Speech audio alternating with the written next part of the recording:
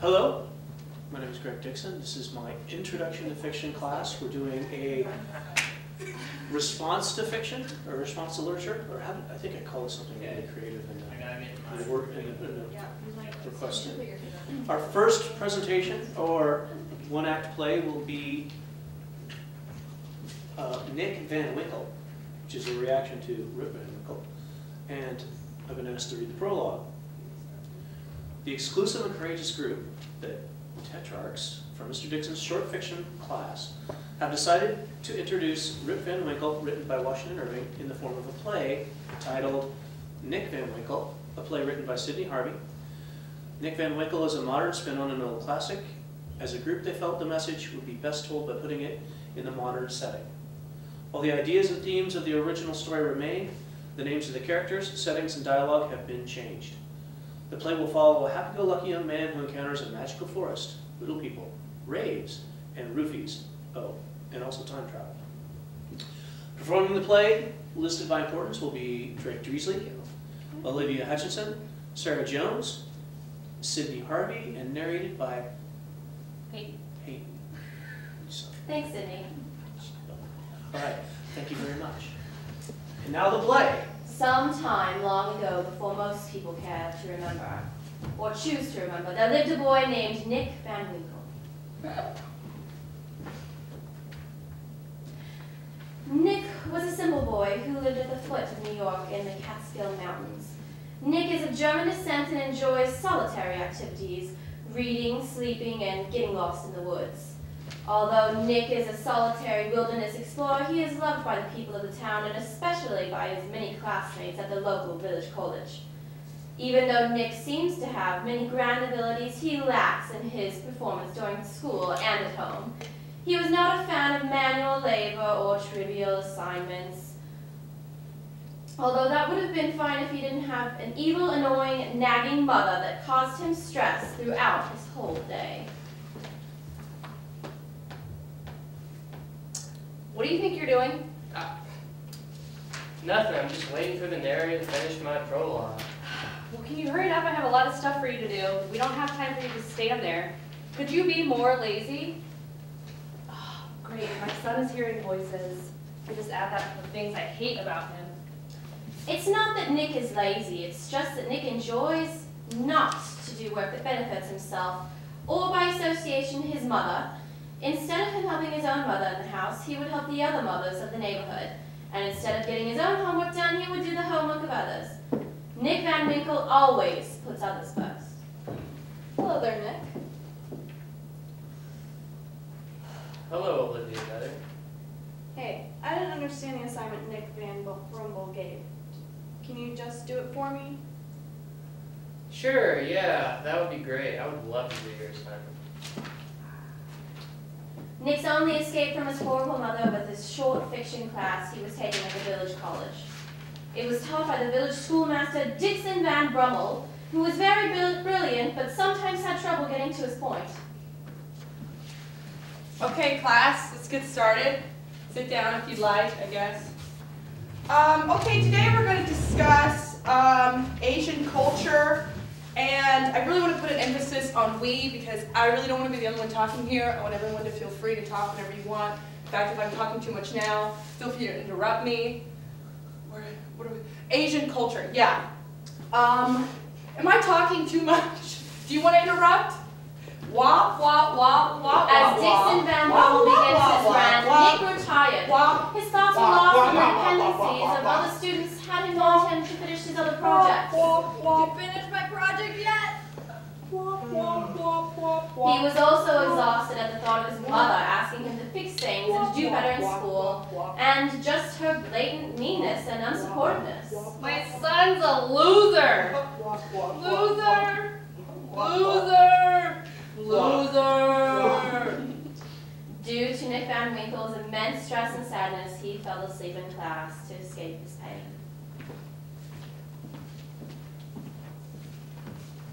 When Nick Van Winkle woke up, he found himself on a grassy knoll overlooking the rich forests and the Hudson River in the distance. He also found his trusty and mute, non-existent friend, Draco, waiting for him. Surprised and happy to see him, Nick gave him a high five. Hey. Nick Van Winkle begins to be confused as how he got there and ponders this out loud in the forest. Read your line. Okay. How did you get here? How did I get here? After realizing how late it was, Nick Van Winkle knew he needed to get home because his mother would worry. The longer Sarah Van Winkle worried, the longer Nick Van Winkle would have to hear about it. So Nick headed back. Come on, Draco, I need you to get home or I will be in a lot of trouble.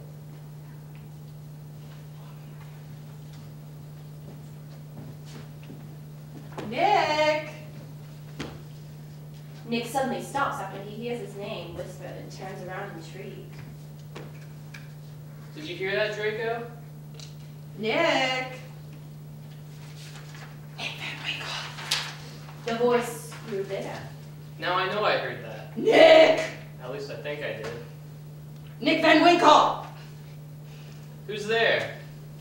The only answer Nick is given is another call to him. Nick Van Winkle! Well, I'm gonna go see what that is. Are you coming, Draco?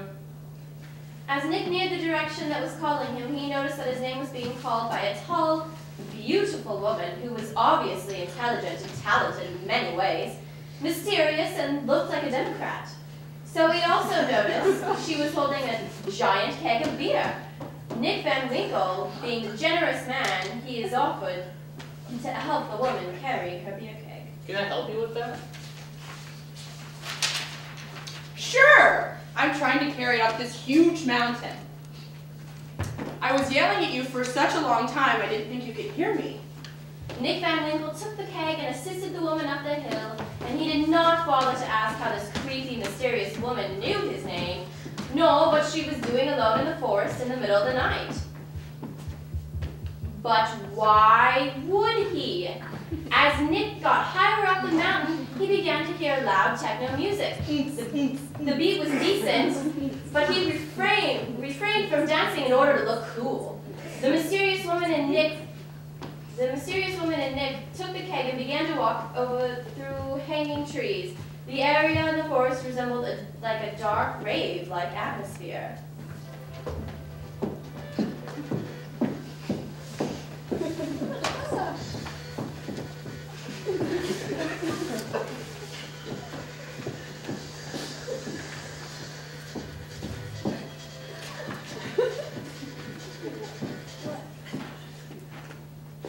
Where are we?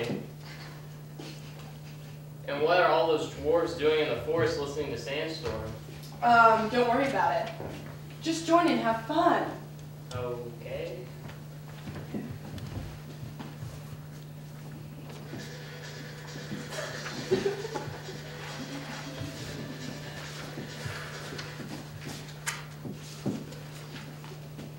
As Nick watched and saw all of the fun people were having from the punch, he decided to drink some too. Nick took a sip of punch and loved it. Woo! Nick Van Winkle kept drinking the punch because he loved the taste so much, and it got to a point where he couldn't stop himself. The liquor in the punch had a heavy effect on Nick Van Winkle, and he drifted into a deep, deep sleep.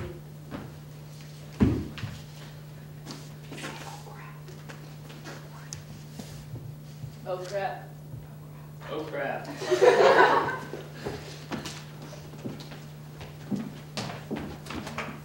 Nick Van Winkle wakes up in his classroom where he had fallen asleep at what seemed only hours ago.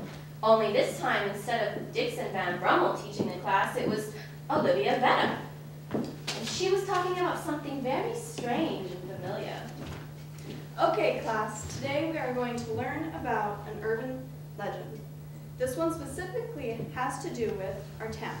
It is the story of Hendrik Hudson and her strange ravings, being that roaming the Catskills, every 20 years they come back to the mountains to keep the guardian eye on the river. And every 20 years, if you listen carefully enough, you can hear the blasting beats and laughter from the mountains. Nick was shocked by the story and noticed that all the children in the class were staring at him and that he didn't recognize any of them. Only Olivia Betta, who immediately recognized him after he awoke, and she finished her story. Nick Van Winkle, is that you? We thought you had died. Nobody has seen you in 20 years. And why do you have that long beard? What are you talking about? Young Nick, no. Is that young Nick Van Winkle, once old Nick Van Winkle now?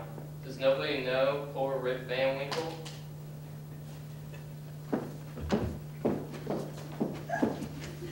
Confused and scared, Nick begins to head home.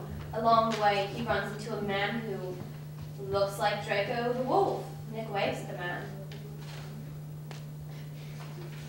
The man barks and growls at Nick Van Winkle and attempts to bite him. Nick keeps walking and finally approaches what used to be his house instead of the building he used to live in. Nick is faced by a patch of land in the middle of a lot with a headstone which read, "Here lies Sarah Van Winkle, whose son was a loser." Loser! Nick Van Winkle now realizes that he had been asleep under a spell for 20 years and had missed so much. While he mourned for the loss of his young adulthood, he couldn't help but be naturally happy. But be the naturally happy man that he always was, especially pleased to be free from the tyranny of Sarah Van Winkle.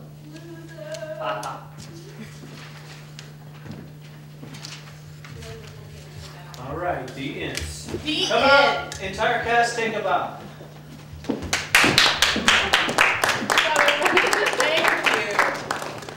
Let me bow, full bow. All right.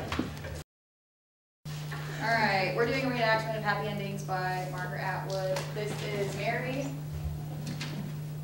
John, Oh, hi, yes. Madge, James, and Fred. Ooh.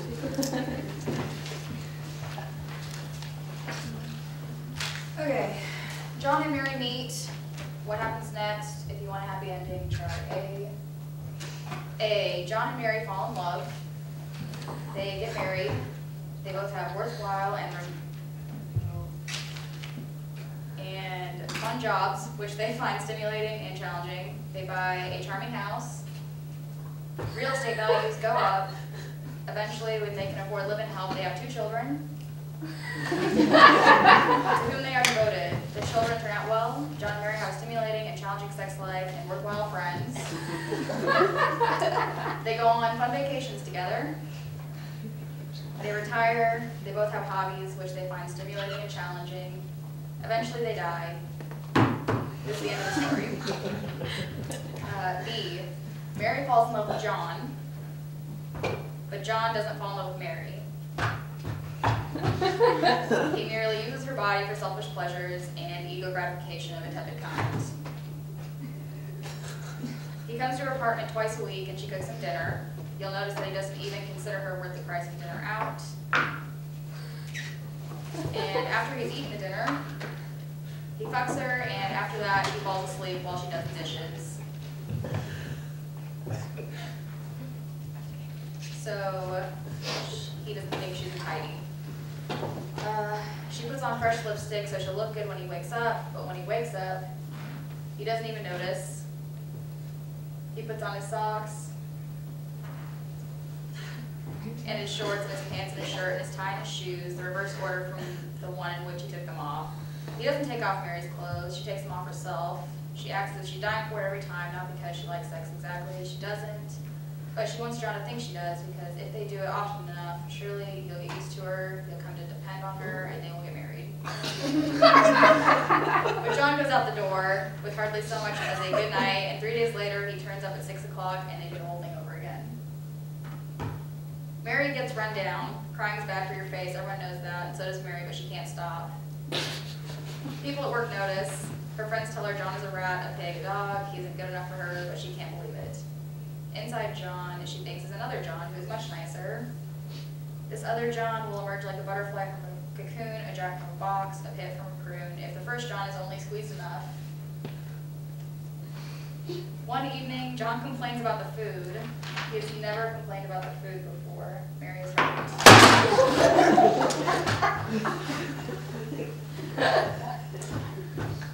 Emotionally.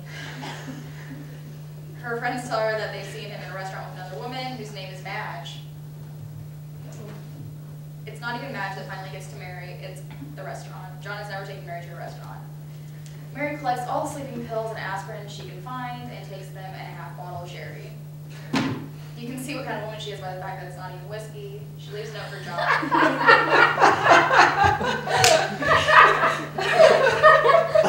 She hopes he'll discover her and get her to the hospital in time and repent, and then they can get married. But this fails to happen, and she dies. John marries Madge, and everything continues as an A. C, John, who is an older man, falls in love with Mary, and Mary, who's only 22, feels sorry for him because he's worried about his hair falling out. She sleeps with him even though she's not in love with him. She met him at work. She's in love with someone called James, who is 22 also and not yet ready to settle down. John, on the contrary, settled down long ago. This is what is bothering him. John has a steady, respectable job and is getting ahead in his field. Mary isn't impressed by him. She's impressed by James, who has a motorcycle and a fabulous record collection. But James is often away on his motorcycle being free. Freedom isn't the same for girls, so in the meantime, Mary spends Thursday evenings with John. Thursday is the only day John can get away. John is married to a woman called Madge, and they have 2 children. A charming house, which they bought just before real estate values went up, and hobbies which they find stimulating and challenging when they have time. John tells Mary how important she is to him, but of course he can't leave his wife because a commitment is a commitment. He goes on about this more than is necessary, and Mary finds it boring. But older men can keep it up longer, so on the whole, she has a fairly good time. One day, James breezes in on his motorcycle with some top-grade California hybrid, and James and Mary get higher than humanly possible, and they climb into bed.